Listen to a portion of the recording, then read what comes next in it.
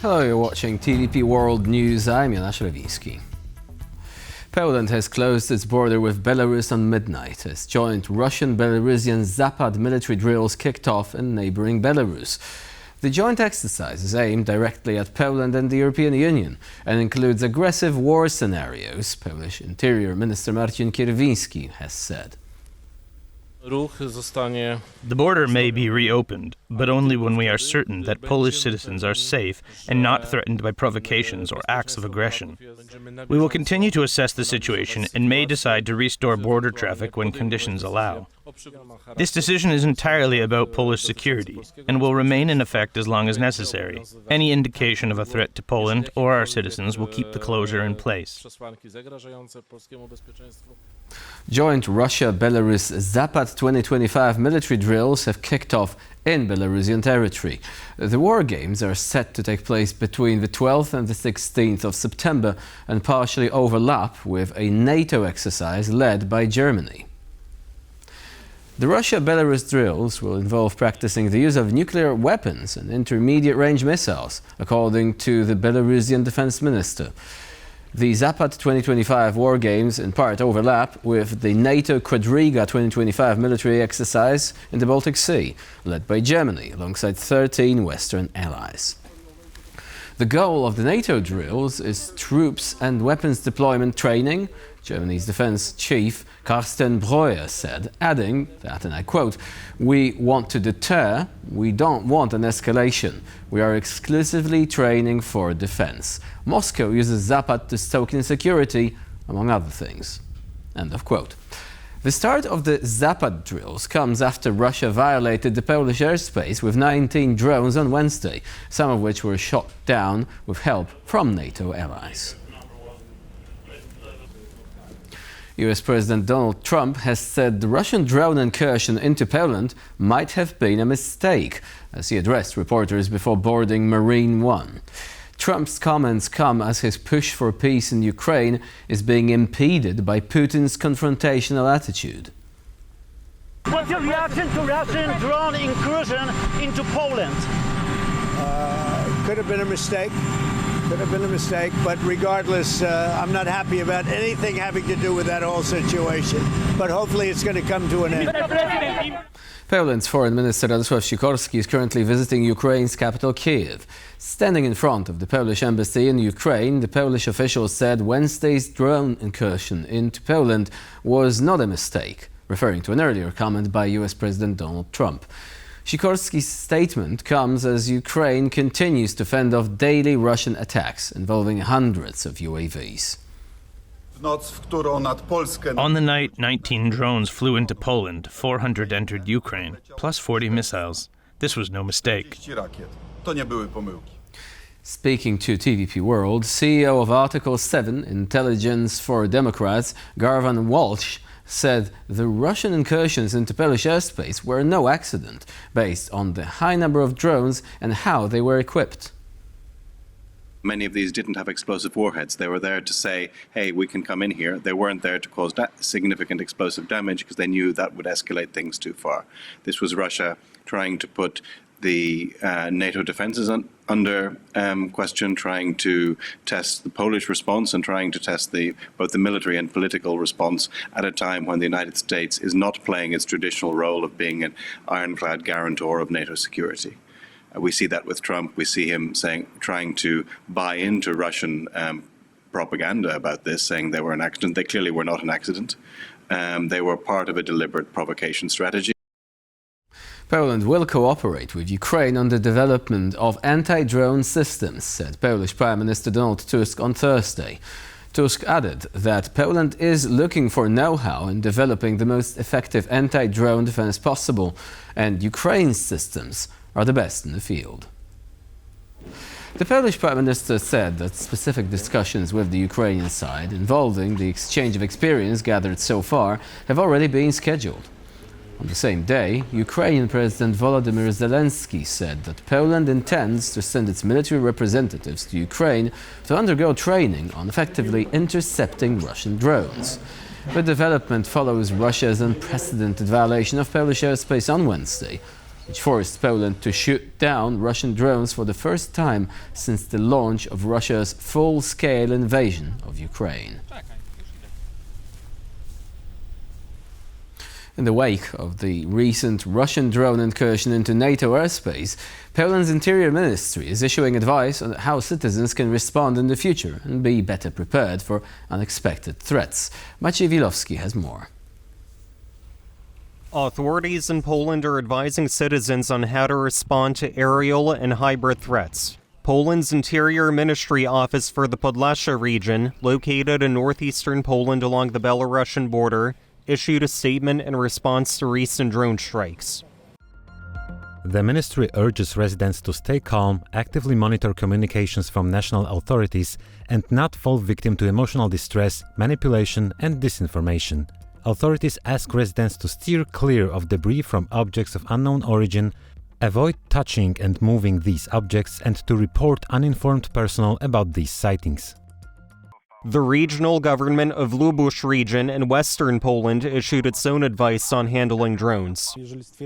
It doesn't matter whether it's a civilian or military drone. Report it to the authorities. There are well-trained military units and police pyrotechnics who can examine these objects and determine whether or not they are dangerous. I repeat, let's leave it to the professionals and not make any rash decisions. While there were no casualties or injuries during Wednesday morning's drone strikes, crashing drones can pose a significant risk to civilians. So we had for sure two types of drones, so decoy drones and drones that most likely were armed. Decoy drones are not armed. Doesn't mean that they do not pose a threat nor risk to the civilians, because they fly with significant speed. Because of that and because of their weight, they do pose significant kinetic power. While thankfully no lives were lost during the recent drone strikes in Poland, it's always best to be prepared and respond appropriately in case of similar incidents in the future. For TVP World, I'm Maciej Wilowski. During an interview with TVP World, Jan Brzeziński, senior fellow at the Atlantic Council, said the recent drone incursion was aimed at determining whether NATO has the will to fight, adding that, and I quote, "we are not passing that test." He emphasized that the incursion was intentional. That's not a mistake. That's an intentional barrage to test the transatlantic relationship, but specifically to test the U.S. commitment to the alliance and to Poland, and all we get is a tweet. It's a blatant test of it, and right now we're not passing that test. So what is? I mean, passing that test is easy to do in light of the alliances, the U.S.'s overmatching power when it comes to Russia. I mean, it would take a snap of a finger. It would take a little leadership from President Trump to all of a sudden get the transatlantic community to impose massive, body-slamming economic sanctions to shut down Russia's war economy, its ability to economically sustain this invasion of Ukraine. The Europeans are cocked up and ready to do that. They're just looking for the United States. What needs to happen is the transatlantic community, with American leadership, needs to exercise a muscle movement that convinces Putin that the West has the will to fight and is ready and is going to exercise that overmatching power it has militarily, economically, and ideologically.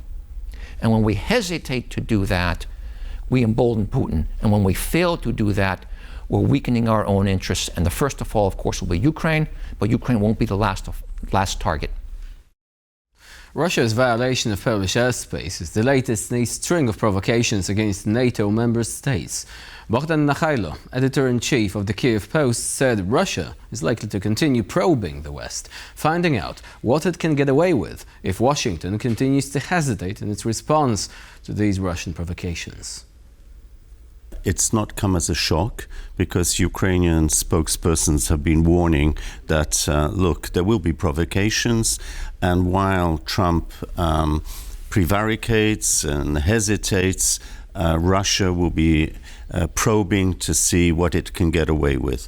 To what extent is the West dependent on a green light to move more forcefully and more, shall we say, meaningfully?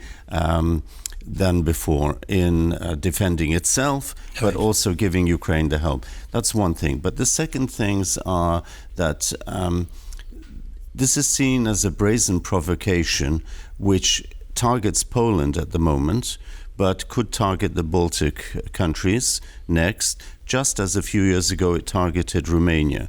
And the message is, we know where your NATO bases are. It's not just Poland. We know that at Rzeszów, at the airport, you know that military supplies from the West are arriving and are being transported to Ukraine. We know all that. So look, you know, if America continues to back off, we will do what we want, regardless of what you may say, your political statements, your show of concern, etc. Britain's new Foreign Secretary Yvette Cooper will make her first overseas visit to Kiev on Friday, pledging an additional £142 million in winter's support for Ukraine. The package is aimed at helping the country withstand Russian strikes on energy and civilian infrastructure. Cooper is scheduled to meet President Volodymyr Zelensky and senior Ukrainian officials, where she will reaffirm London's commitment to Ukraine's defense. In a statement, the Secretary said that, and I quote, "Ukraine's security is crucial to the UK's security." The aid package includes £100 million in humanitarian support for frontline communities and £42 million to repair and protect power grids damaged by Russian attacks. It forms part of a wider program announced in June. The visit comes amid heightened tensions after Russian drones crossed into Polish airspace, drawing NATO's attention earlier this week. On Wednesday, Britain also revealed plans to mass-produce Ukrainian-designed interceptor drones as part of a joint defense production effort. The Russian drone attack has brought Polish political elites together, said the chief of Poland's National Security Bureau. Polish President Karol Nawrocki and Prime Minister Donald Tusk come from opposing political environments and rarely agree with each other. However, the teams behind both leaders have reported that, in a moment of real crisis, cooperation was exemplary. The Russian Federation is Poland's greatest enemy. The paradoxical silver lining of the anti-Polish action undertaken by the Russian Federation on the night of September 9th to 10th is that it has brought Polish political elites together. I feel that the often aggressive political disputes have paused after Poland was attacked by drones. The main centers of power in Poland are now cooperating in a much better atmosphere. I'm holding this in high regard, and I was glad to hear a similar declaration from President Nawrocki, that our cooperation has been exemplary from the very first hours. I think everyone breathed a sigh of relief that our state has passed the exam. The leader of Poland's far-right Confederation Party, Sławomir Mencen, has climbed to second place in a new survey measuring national trust in politicians. President Karol Nawrocki holds the top spot, with Prime Minister Donald Tusk lagging behind. According to the poll, 44% of respondents trust Mencen. It is his highest score to date and comes months after his third-place finish in Poland's presidential election. President Karol Nawrocki leads with 52%, regaining the position he briefly lost last month. Foreign Minister Radosław Sikorski follows closely with 43%. Prime Minister Donald Tusk is trusted by just 35% of those surveyed. In the distrust rankings, Law and Justice Chairman Jarosław Kaczyński tops the list with 59%, followed by Confederation's Grzegorz Braun on 56%. Tusk ranks third at 54%. The survey was conducted between August the 21st and the 1st of September among 917 adult citizens.